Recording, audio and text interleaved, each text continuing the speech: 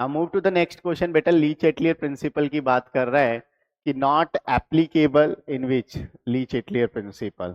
Okay, तो basically आप एक चीज चेक कर लीजिए कि जिस रिएक्शन में मान लो कि सिर्फ सॉलिड स्पीसीज इन्वॉल्व है, क्योंकि as we all know that कि अगर सॉलिड स्पीसीज इन्वॉल्व हैं तो वहां पे सॉलिड की एक्टिविटी जो है, in the case of solid अगर आप बात करते हैं बेटा, सॉलिड के केस में जो एक्टिविटी हम लेकर चलते हैं, यस या नो, सॉलिड के केस में जो एक्टिविटी हम लेकर चलते हैं 1 लेकर चलते हैं।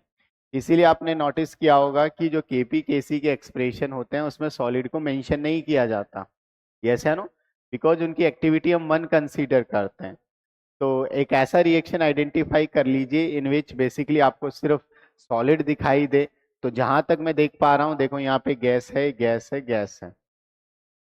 यहाँ पे चेक कीजिए आप, सॉलिड सॉलिड सॉलिड है, तो आंसर नंबर 2 हो जाएगा अपना आंसर, राइट।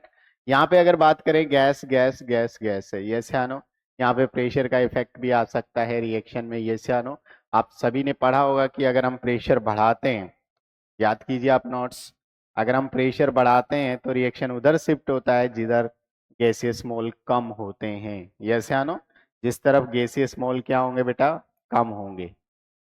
तो जिस तरफ गैसियस मोल कम, उस तरफ रिएक्शन शिफ्ट होता था प्रेशर पे। तो अगर इस रिएक्शन में आप बात करते हैं तो गैसियस मोल इधर देखो 2 और 1 3 हो जाएगा, और इधर गैसियस मोल 2 हो जाएगा। तो डेफिनेटली यहाँ पे प्रेशर अफेक्ट करेगा।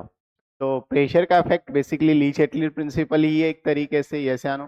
प्रेशर का इफेक्ट, टेम्परेचर का इफेक्ट, कंसंट्रेशन का इफेक्ट, राइट। तो basically we can take the answer number 2।